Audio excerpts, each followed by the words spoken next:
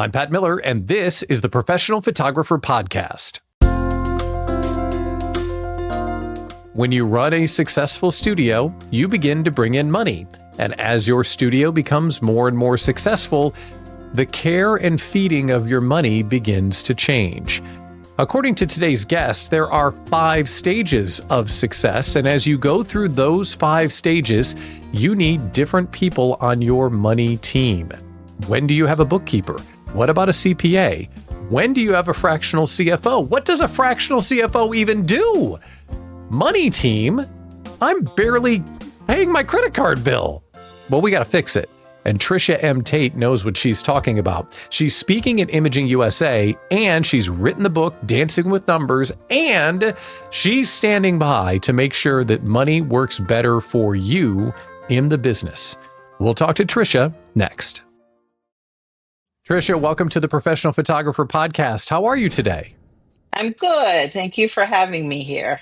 I'm excited to have you here. I've got 1,000 questions for you, but I've had the pleasure of getting to know you a little bit. If someone hasn't met you yet, tell them who you are and what you do. All right. So my 3-second is I am a Wall Street refugee turned fractional CFO with Broadway credits. That's the spot.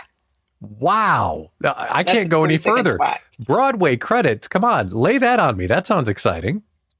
Yeah, so I am a finance girly through and through. I went to Wharton undergrad and Duke for my MBA, and I love spreadsheets and diving into spreadsheets. But my passion is in dance, and my professional hobbies is dance. And I've been a professional dancer primarily in African dance and contemporary vernacular dance. And now in an older body, I'm trying out modern, which anybody who's ever done modern jazz, it requires your feet to be exquisite. And it's just harder in an older body, but I love it. I enjoy it. And at some point in time, I would love to be back on Broadway. I did a Broadway tour with the musical Fela. But at some point in time, I would love to do Broadway again, maybe like Chicago or something like that. Yeah, love that one. Is that a common thing that we just don't realize, that people that love spreadsheets and numbers and math have these kinds of creative interests as well? Because that seems like maybe a unique blend or something that we don't hear about as much as we should. Yeah, you probably don't hear about it as much as you should, because I didn't hear about it. I thought I was like this alien right brain, left brain person. Yeah. But the more that I share that I have those two sides to me, the more that I meet people who also have those same things going on. So it's not as foreign as I thought it was. You know, I have a theory for that. So we're just going to go down a rabbit hole here because I have a theory for that. My theory is people, obviously like you, that are so smart, they have free brain space that they have to do something with. And they take that free brain space and they do something creative with it, or they find something to be interested in, because some of the most interesting people I find have so much free brain space that they get into things like dance and tap and all that different stuff. Maybe that explains it. Do you think that explains it? I don't know. Well, I would take the credit on being smart. I appreciate that. I value it. I receive it. But I did hear an interesting statistic that humans probably use 20% of their brain capacity. So we're not using, and that might even be a high number, but we're not using most of our brain capacity in our lifetime. So there's more space for everyone to do more. Well, that's inspiring, and I appreciate it. And hopefully you're going to fill our free brain space, because today we're going to talk about building a money team. And if a photographer is coming into this conversation cold, they're thinking, a money team? What do you mean by a money team? Well, I talk about it in my book, Dancing with Numbers, Grow a Financially Healthy Business and Choreograph the Life That You Want. See, dance is in there. I talk about every business at every stage in their growth life cycle should have certain people on their money team, right? To manage their business. We're talking about the business versus the person. When you start, so there's 5 stages of a business's life cycle. There's the existence, right? You just started your business. There's the survival, so we're existing, but we're struggling a little bit to build traction and customers, consistent customers. Um, there is success, there is growth, and there is maturity, right? In these 5 stages, there's a different financial strategy or focus. So in the beginning, and all throughout your business, you got to pay taxes. So you have to make sure you have that CPA, certified public accountant, or enrolled agent, someone doing the accounting to make sure you're compliant with the federal government, with the state, and your local taxes, right? So most people start off with a CPA. A lot of people keep that same CPA for a long time. As your business becomes more complicated, there's a lot more transactions, there's a lot more money coming in, money going out, you're paying different things, you're running payroll. You may even take on a loan or credit card. You may take on investor capital. Somebody needs to be organizing all of those transactions into an accounting system under the accounting principles so that you can look at a financial report and start to make decisions about your business. Now, the person that starts to do that is typically a bookkeeper. Sometimes your CPA can be your bookkeeper, but once your business gets to a certain stage, I believe that your bookkeeper should be somebody that's separate from the CPA, whether that's a full-time bookkeeper or a part-time bookkeeper, but I believe that person should be separate from the CPA. So the CPA provides a check and balance around tax time to make sure the numbers make sense. But the bookkeeper is with you more on a regular basis, monthly basis. They probably doing the accounting, the bookkeeping. They're probably also helping you with payroll. They're probably helping you with invoicing and paying bills, through ACH. So they're generally they could be considered like a director of finance, or they're overseeing your accounting team. That's usually what a bookkeeper is doing. And so that's where you're in like your success phase, and you really need to understand how your financials are doing, how you're managing costs, how you're managing cash flow. Now, when you get to like the growth and mature phase, you're really thinking about, how do I strategically grow this business? You've generated some revenue, you've gotten to a place where probably you're profitable, and you're like, how do I take this business to the next level? How do I scale it? And now you have 3 or 4 different ideas for growth. And instead of just moving on intuition and gut, it's better that you have someone put some numbers around those ideas to help you figure out which direction makes most sense to go in, which one is going to be the most profitable direction. That's when you start to need a CFO, a chief financial officer. And you don't need a full-time CFO once you get to maybe, I don't know, 1 million, 2 million, but you need a part-time CFO to give you that level of strategic guidance. And then a CFO can also help you when you have to get access to capital. When you got to be ready for a lender or an investor, you need to make sure you have certain financials and a data room ready. You want somebody to help you communicate your narrative to other finance people, because finance is a completely different language, like learning Spanish or French. Mm-hmm. And so sometimes it's easier when a finance person is talking to another finance person. They understand how to communicate to each other. And then the other way that we can support as fractional CFOs, because I run a fractional CFO business, it is with exit or any kind of merger and acquisition activity. Again, that's in like the growth maturity stage. But if you're planning to exit your business, right? If you're growing and scaling the business with the intention of exiting, the first thing that a buyer is going to do is crack open the numbers. And what are you going to do if you don't have the financials ready, organized in a form that makes financial sense, right? And so I'm sharing this with you, and I think people need to add those different people as their business grows to their money team, so that you're not waiting for a crisis in order to hire the right person, because by then it's more expensive for you to fix the problem and get things in order. And that's what I find. I find of a lot of prospective clients that come to us are trying to hire a fractional CFO or a bookkeeper or something like that when there's a crisis, when they're trying to get a loan and they realize, oh my God, I can't get a loan.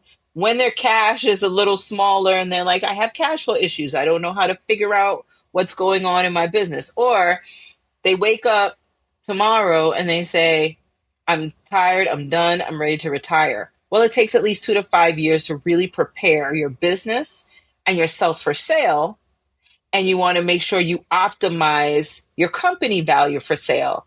And I firmly believe that one of the things you want to optimize in preparation for sale is your financial core. You want to make sure the systems are correct. You want to make sure you have the right people or persons managing your numbers, and you want to make sure you have all the financial reports and that you're looking profitable, you're looking cash flow positive, you're looking solvent, you're looking healthy as a business, because who's going to be attracted to an entity that doesn't look like that, right? And Yeah. so a good financial team, a good accounting team will really help business owners that want to grow, scale, and exit successfully. And that's what we do at FinCore. My Hmm. company is FinCore. We're a fractional CFO and accounting services company.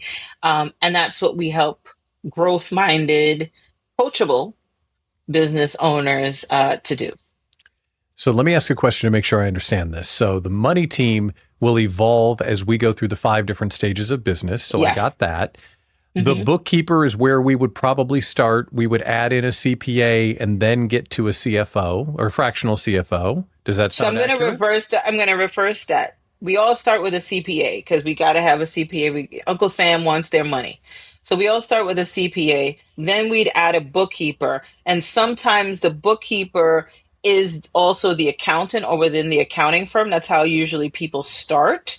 But I believe so that there are checks and balances that at some point you're going to want your bookkeeper available to you monthly on a more regular basis, and you're going to want them to do more things. So at some point it's better to hire a bookkeeper that's separate from the CPA. The third reason why I think that that is important is because I've heard from so many business owners who have a CPA or accountant that's also doing the bookkeeping. Whenever they're ready to look at their financials, they never have access to it because the CPA might keep the QuickBooks on their desktop. So the business owner doesn't have ready access to their financials. If they're going for a loan, a line of credit, they need their financials. They have to go to the CPA. The CPA takes 2, 3, 6 months to get them the financial reports that they need. And so I believe that every CEO should have ready access to their financials, whether it's QuickBooks or it's Zero, or is it FreshBooks, whatever accounting system, they should have online ready access to their books. So we have a CPA and then a bookkeeper and a Yes. fractional CFO eventually. How Hmm. do we know when to go to the fractional CFO? Is that when we're facing a big decision, when we hit a certain dollar threshold, both? So I typically, and by the way, I'm going to say that there are other people that you can add to the money team, but it depends on your type of business. So let me answer your question and then talk about the Sure. additional people. So to answer your question directly, I believe that a business is ready for a fractional CFO. I'm seeing typically within the $1 to $2 million mark, they start to be ready and also can afford, right? I want to make sure that people are not like sinking their ship trying to afford a fractional CFO. But at that stage is when business owners are like solidified in the product or service they're selling. They have some repeat customers. They probably have a team that they're working with. So there's a little more complexity. They probably have a bunch of projects or they're selling various different products and SKUs in different channels. They may have assets that they've invested in also in the business. So there's a bit more complexity. And now they're trying to grow to the next level, a new location, new geography, add a technology. There's something bigger in terms of their growth and scale that requires understanding how the current business has been performing, and then is that business prepared to take on the next level of growth, because growth sucks cash.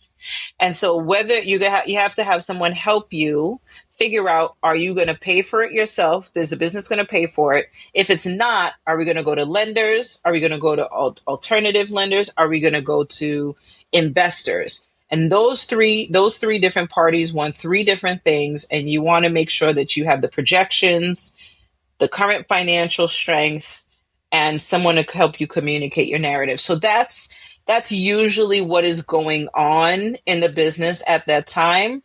And also, business owners are ready to expand their team.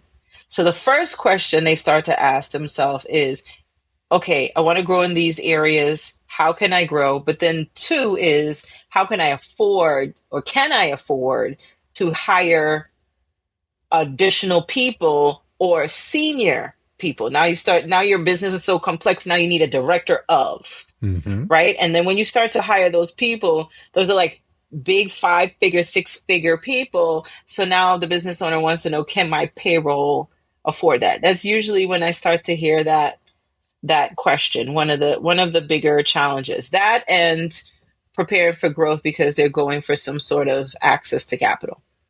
Learning more about the later stages of a money team, fractional CFOs in particular, it's fascinating to me that a fractional CFO may give guidance or input on what to do next based off the facts of, these are the dollars that are coming in. These are the things that we're seeing in the numbers, as opposed to, here's a coach or a consultant that might have ideas or opinions. Like, it seems like the CFO is working with their hands on the data. Like, this is what the numbers are showing us. This might be the right way forward. It just seems like two different ways of making a future decision. It's really interesting.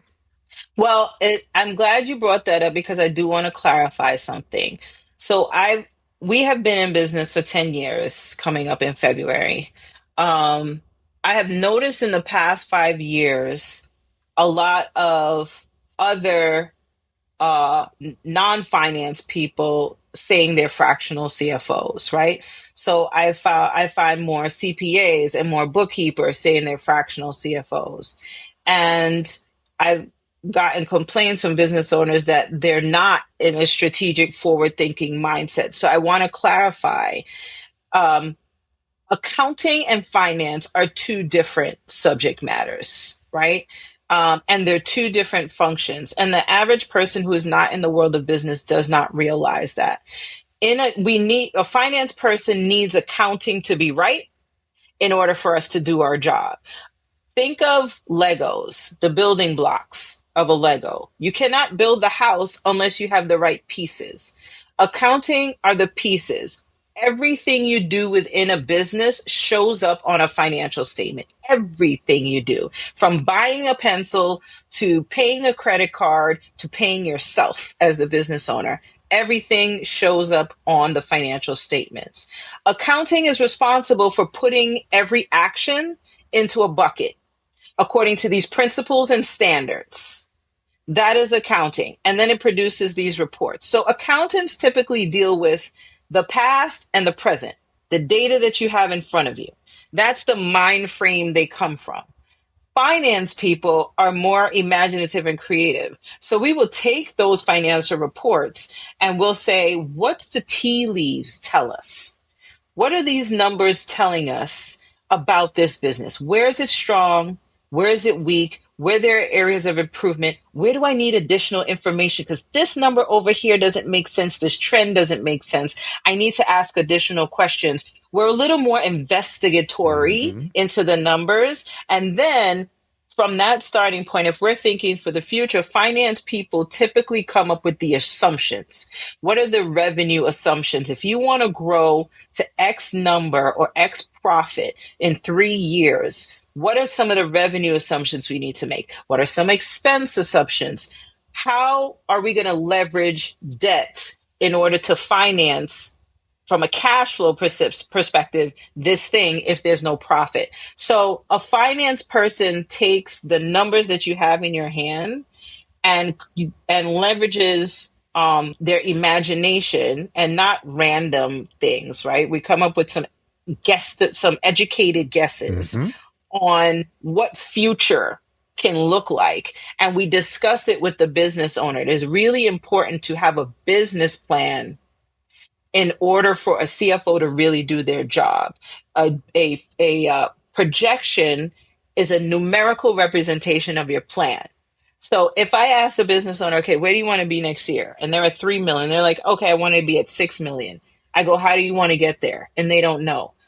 I have no place to start. I Right. can't put assumptions around the I don't know. But if you're like, okay, we're going to go to this customer segment and we think we could get 50% of that market, and we're going to open a location and we think we could get 20%, now we have something to work with, you know? So that is the difference between a finance person and accounting person. So what I would tell everyone out there, when you are interviewing for a fractional CFO, I just explained when you are ripe for a fractional CFO.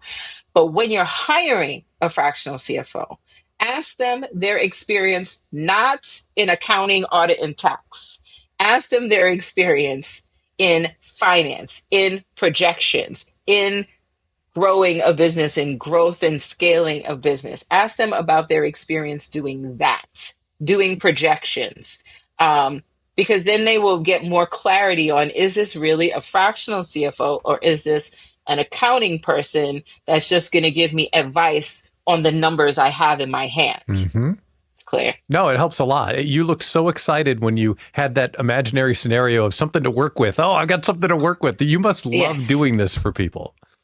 I do. I do. So there's a book that I read called The Big Leap by Gay Hendricks. Love that book. Great book. So there are a couple of books that I like quote because, you know, they said some profound stuff in there. But anyway, he has an exercise and he basically talks about the four zones where we kind of live and exist, right? And it's the zone of incompetence, zone of competence, zone of excellence, and then the zone of genius. And his whole point of his book is uh, try to get to the zone of genius. Like you want to work in your zone of genius. And I did the exercise, and you can Google the exercise in the four quadrants. And when I did the exercise, my zone of excellence is in dissecting spreadsheets and looking at numbers and analyzing like what do the tea leaves say. I really like that. And to me, it reminds me of like when I was a kid doing a 250 or 500 piece puzzle, because you're trying to figure out where the pieces go and what fits, and problem solving, right? That's in my zone of excellence. Zone of competence, can I do bookkeeping? Yes, this doesn't challenge me. But my zone of genius is in teaching and empowering business owners. And that's why I do a lot of speaking around financial management. That's why I will be speaking to those at Imaging Conference.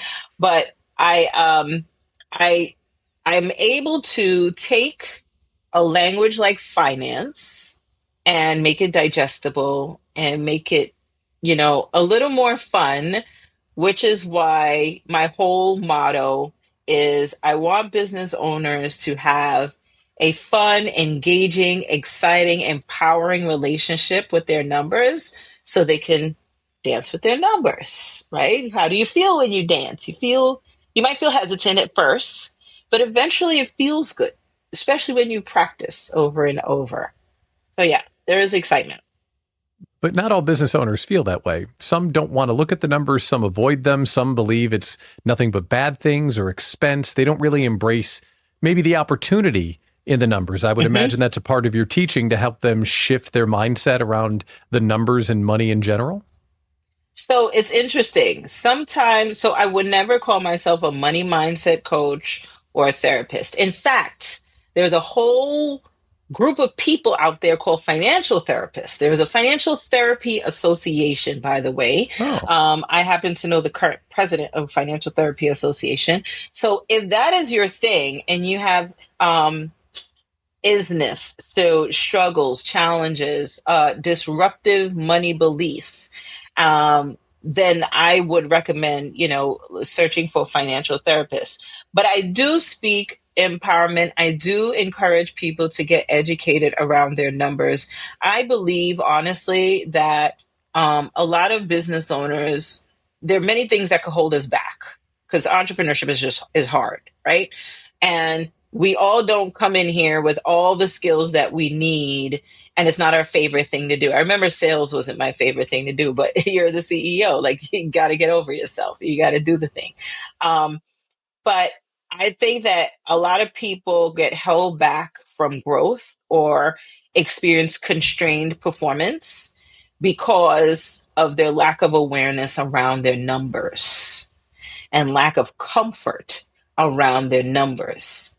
So, whatever you got to do to get out of that ugly place, if you have a poor relationship to your numbers, I believe that everyone needs to work on strengthening their financial core. And that, our company FinCore is short for financial core, because we believe that you need a strong financial core to be at peak performance, in the same way that dancers and athletes need a strong physical core to be at peak performance. Now, some people are great at sales, like that is their thing. But you could be great at sales and bring in a lot of top line revenue, but then that revenue does not trickle down to the bottom line. You end up spending a bunch of revenue. Cash is flowing out, cash is leaking everywhere. You brought in the money. You're not really sure how you spent the money. I don't know how many business owners I hear, like, we made 2 million, a million, $500,000, but I don't know where all the money went. Like, how do you not Mhm. know where the money went? That's because you're not paying attention to the other numbers that are important. Revenue is not the only number to pay attention to. So I know everyone does. They pay attention to revenue. I think it's important. They pay attention to their bank account. Yes, that's important. But those two things alone do not tell you how your business is doing. So um, I would encourage people to get my book, get into some financial education classes, get with a financial therapist, whatever you need to do to enlighten your mindset and shift your mindset and your curiosity around numbers. I implore and encourage everyone to do. In fact, I do this LinkedIn Live monthly, and I interview business owners who are like self-proclaimed non-numbers people, and they've grown multi-million dollar businesses, or they've sold their business. And for every person, I ask this question, because I asked the business owners that I interviewed for my book. There's like 20 business owner stories in my book. I asked them, what was your earliest childhood memory around money? What was the lesson, and who taught it to you? And a lot of people never really think about what they learned about money in their childhood and how that is impacting their current thinking around money. Mm. You did not just start a business and all of a sudden, I don't really like looking at my numbers. I don't like looking at my statements. Like, that didn't just happen upon you. Somewhere along the line, you got negative messaging around numbers and money. And many times, it is from childhood. And I heard from a financial therapist that a child by 7 years old, our mindset around money is formed by 7. Wow. So a good starting place for anyone listening to this, for you to think about, why do I feel the way I feel around money and numbers? If it's a negative thing, very good starting place is think back to your earliest memories of money. And most people can think about it like right away. The story comes in their head. What was the messaging? What was the lesson? And who taught it to you? And then the next step is bring that thought forward. And where is that same mindset and thought pattern showing up in your business and in your life? And you might make a dot, a connective dot. Yeah. And I did this exercise with somebody. We were talking about financial leadership, something. And I went off topic because I just felt like this woman needed like a little bit of a therapy session. Again, I am not a financial therapist or money mindset coach, but I felt she needed a little support. And I asked her the question, and she got very vulnerable in the space, and there were other supportive business owners there, other women there. And then I can see her drop into that age and what the story was. And I told her to talk about it. And as she talked about it, she was like, I never connected the dots between that and this. Right. And I was like, the issue was, I don't like to see the financial reports because I'm scared I'm going to see ups and downs. Business has ups and downs. That's what it does, right? But how you interpret that is going to be impacted by what your mindset is around things. So somewhere in her childhood, she saw ups and downs with money and her parents and the impact that had on the family and her mom or whatever, right? So she's bringing that forward into her business. And so she has some negative thoughts around numbers going up and down and seeing ups and downs. And I'm like, at some point, hopefully you work towards detaching that past feeling from what a business normally does, which is go up and down financially. If this part of the conversation has you going, yes, yes, that's how yes, and you want to have a better relationship with your numbers, you need to come see Tricia at Imaging USA. Tell us about your talk for the Bridging the Gap series, because you're going to cover this stuff. It's going to be great. Yeah, I'm going to cover some of this. There's so much that I can cover, but the topic is dancing with numbers, right? So we're going to talk about 5 ways, maybe I'll throw in a bonus or 2, but 5 ways that business owners can dance with their numbers. And I'm going to give just some practical advice. But now talking to you, I think I might have to throw a mindset thing in there. Oh, yeah. I think I might have to throw a mindset point in there. So, yeah. How can you get to dancing with your numbers if you don't already do that? Oh, and here's something that I often hear. Well, I'm good at math, so I understand the math. So I don't understand why this is so hard.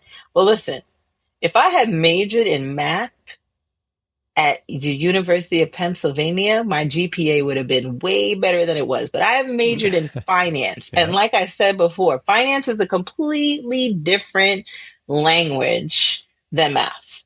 Completely different. If we don't want to wait till Imaging to learn from you, how do we get a copy of the book? You can get a copy of the book on Amazon. I also narrated it on Audible. For those of you who, like me, prefer to listen on long drives and hear the inflection in the voice and things like that, it's on Audible. That's how you can get the book. There's also a ebook. So there's different versions. Some people like the hardcover versus the soft cover. I got all the versions for you because I was like, if I'm going to write a book and this is it, we're going to do all the forms and all the versions. But if they want to, reach me, connect with me, I'm also on Instagram. We're on Instagram at FinCore Strong. That's Fin like FinCore, like financial core, FinCore Strong. And then on LinkedIn, it's just my name, Tricia M. Taitt. It has a unique spelling, so you might want to watch this video in order to get the spelling. But I am on LinkedIn. Great conversation. Can't wait to see you at Imaging. Tricia, thanks for coming on the show. I appreciate it. Thank you very much. And I look forward to seeing everyone. Oh, last thing, my website, fincorestrong.com. I don't know how I forgot that one, but I look forward to seeing you all in Nashville. Thanks for tuning into this week's episode of the Professional Photographer Podcast. Now, do us a favor, leave a comment on the show and tell us what Tricia said that made you go, okay, now I know what that means. Or, hey, Tricia, I'm still confused about the thing. That's what the comment section is all about. Also, we'd love it if you would like and subscribe to the show so you don't miss an episode of the Professional Photographer Podcast. One more thing, if you're not yet a member of Professional Photographers of America, you are truly missing out. PPA offers incredible resources like equipment insurance, top-notch education, and a supportive community of photographers ready to help you succeed. It's perfect for photographers who are serious about growing their business in a sustainable and profitable way. At PPA, you belong here. Discover more about membership at ppa.com. That's ppa.com. I'm Pat Miller, founder of the Small Business Owners Community and your host of the show. Thanks for tuning in. We'll see you right here next time. Take care.